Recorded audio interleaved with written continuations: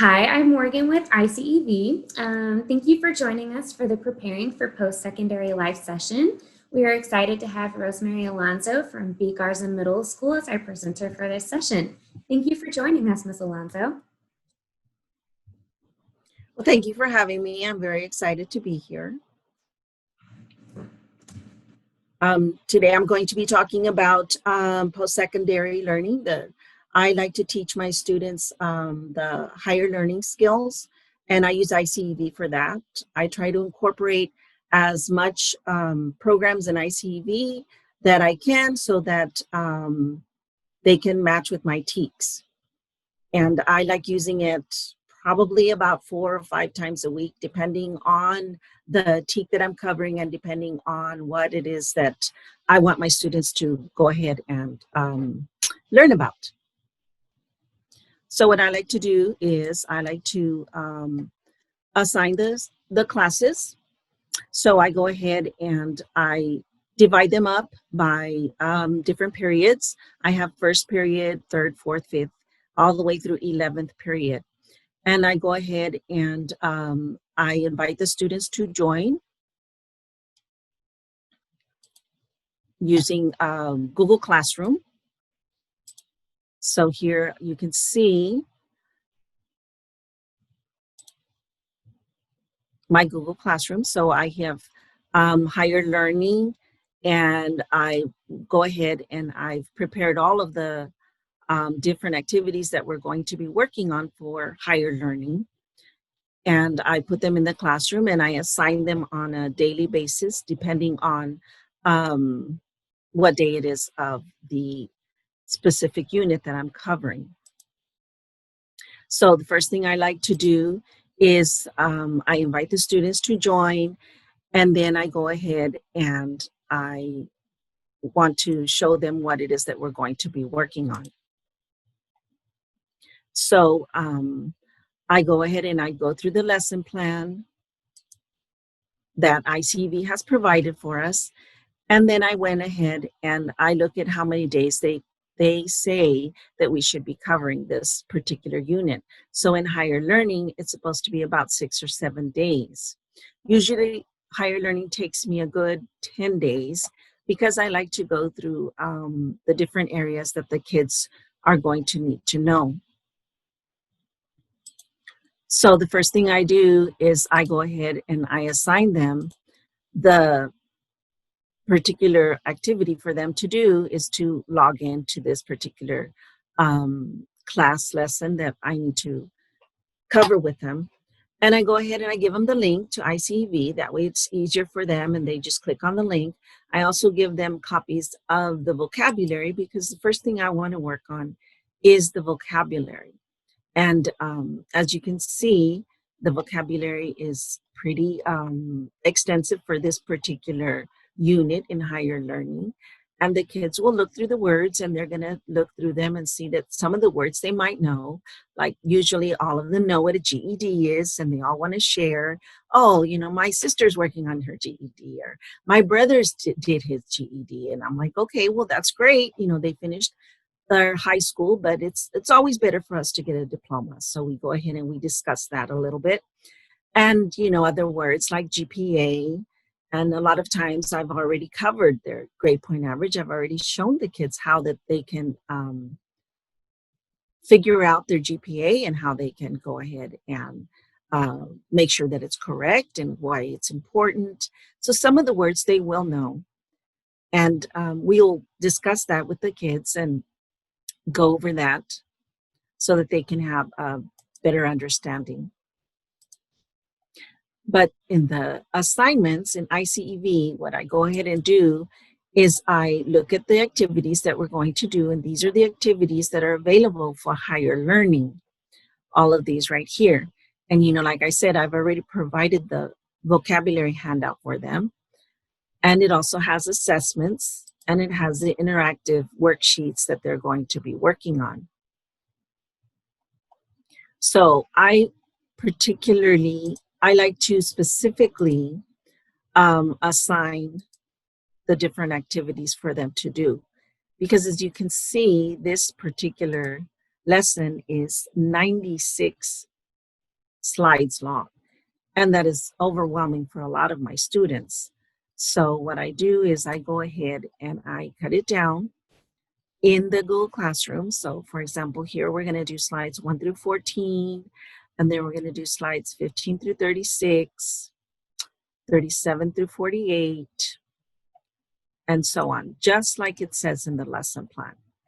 The lesson plan gives you the slides that you're going to be using, and it also gives you the activities for you to use with the slides. So normally we go over the slides, we work on the worksheet together,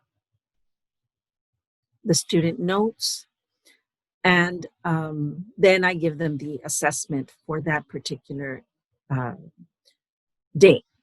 So like on the first day, we're going to go over the vocabulary words. So we do the vocabulary worksheet, which looks like this, and we do it together. And it's matching.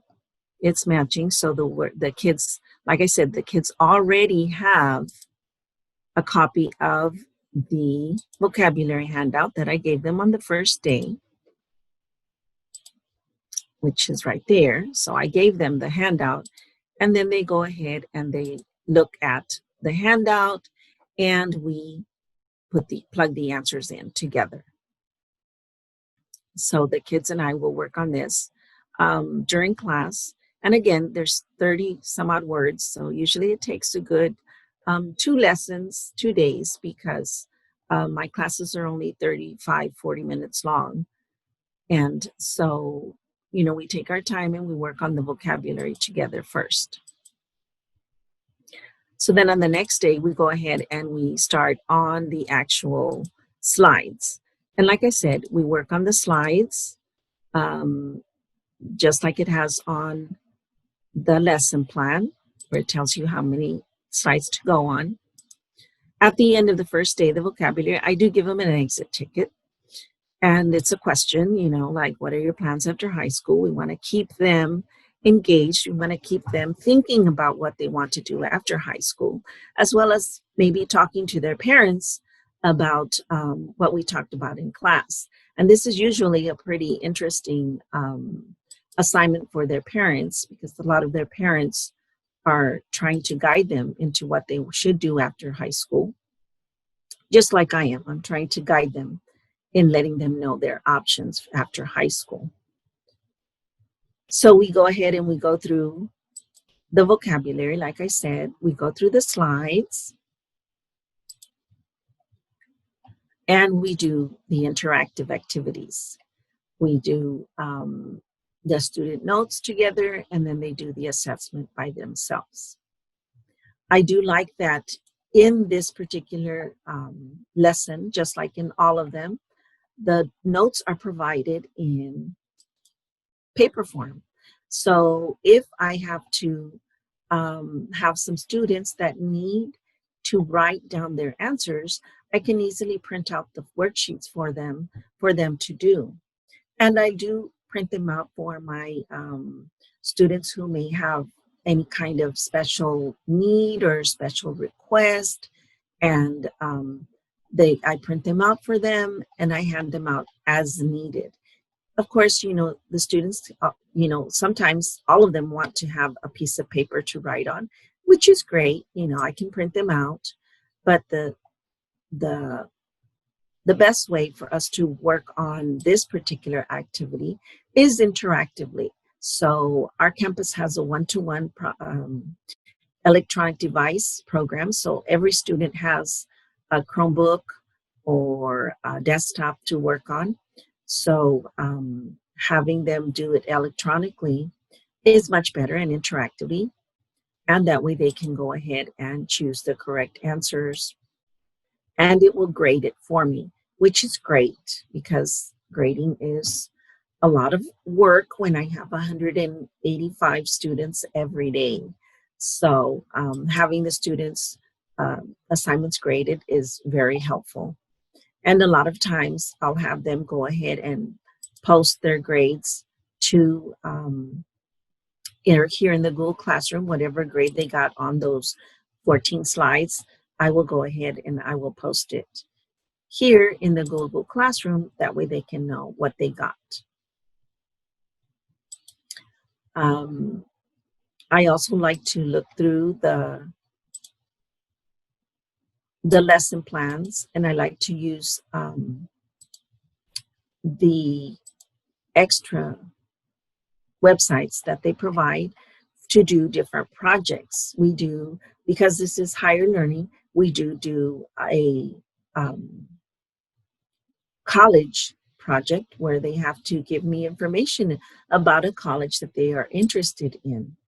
And, sometimes it's a 4-year college, sometimes it's a 2-year college. And that's what I want them to tell me, whether they're going to strive for their bachelor's degree, or maybe they're just going to go for an apprenticeship. And all of that is, extra things that we work on that they give us information right here on the lesson links. So, like I said, I go through them with the students. I show them how to work the websites and how to answer questions that they may have. And so we look at those websites together also. I also like to, talk about high school, how they're going to be able to join these different programs in high school and the ones that we have available to them there. So iCEV provides us with a very specific lesson plan, how to do these activities and how we can incorporate them in the students' everyday thinking, and how they need to start thinking about what they're going to do after high school and during high school, because a lot of times they're just not thinking about that far ahead in their lives. And it's time for them to go ahead and start thinking about what their goals are and how they are going to be able to reach their goals. And a lot of times it's very important for us to reiterate the options. Here in Westlake ISD, we have lots of opportunities for our students to get their associate's degrees while they're in high school. And so they need to know what exactly an associate degree is and how that's going to be applied towards a bachelor's degree after they finish high school, and what they need to do in order to exceed and succeed in their futures. So this is more or less what I like to do with my higher learning unit. And again, it usually takes a good 5 to 10 days, or 7 to 10 days to complete this unit. And once again, the iCEV provides the kids with lots of information. It provides them with a lot of great activities for them to work on. And it provides them with a lot of information that they can always peruse on their own. I show them how to look at the different things, and how to look at the different activities on their own also. So like I said, this is what I do for my higher learning unit. And I hope that this was very helpful to you. I hope that you enjoyed looking at what I do. And, like I said, a lot of times every day is different, and iCEV provides that for me to give the students the opportunity and to inspire them to continue on and to go and do great things in their academic and higher learning lives, and to keep them as future learners, because we all want our kids to excel and to do well in their futures. That's So great. thank you for listening. Of course. And I do have one question. So you have middle schoolers. So what do you do about the middle school students that say, well, I don't know what I want to do with my life? Or you have a class with all boys who all think they're going to be professional athletes someday. How do you deal with that topic with them? Well, we do look at athletes because I do have a lot of students, a lot of boys in 8th grade that say, yes, I'm going to be a professional athlete. So we look at that. We look at the different areas that they could go into. And, um, I try to tell them that that's a great thing to be a professional athlete. But you know what? You should always have a backup plan because you're going to be an athlete for maybe 3 or 4 years. And then what are you going to do after that? Are you going to be a coach? Are you going to be a therapist? So I try to get them to think about what they're going to do after they become athletes. And the same thing for, the kids that say that they don't know. Well, Right. you know what? Let's look at some different areas. What are you good at? And we start talking about the things that they like to do and what they're good at. And, I really like science. Oh, well, great. Then you should do something in health science. So iCEV provides for different areas that the kids can cover. And I do go ahead and I let the kids decide what area they think that they might be interested in.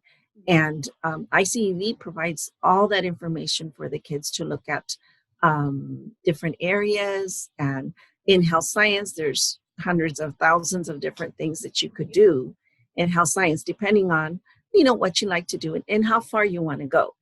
Mhm. And everybody wants to be an anesthesiologist, and then I tell them, well, do you know that you're going to have to do at least 12 years of school? No. Yeah. They looked at the So, salary and said, that's what I want to do. yes, everybody looks at the salaries, and we compare salaries, and we look at different things that they can do. But the kids they're 8th graders, and they're like, I don't want to think about it. But you have to start planning, because in high school the Wesco provides lots and lots of opportunities for our students in all different areas. And so I tell them that they need to start thinking about at least an area. I want to go into law enforcement, or I want to go into health science, or I really like math, so maybe engineering is the way to go. So I try to get them to at least pick an area, and then we look at the hundreds of thousands of things they can do, because they think law enforcement is just police officers, of course. Mhm. But there's a plethora of different jobs that they can do in law enforcement. But they're kids, and they Right. come up with different fun activities that they want to do, and things that they can learn from. Yes, And that's ma'am. what makes it really enjoyable. And ICV provides a lot of different areas for them to listen to, things that they can read, things that they can watch the videos. And the videos are pretty accurate, and they're pretty up to date, so that always helps the kids. All right. Well, thank you so much, Ms. Alonso, and please join us for a live Q&A using the link below. And don't forget to enter your session completion code to receive the points for your professional development credit.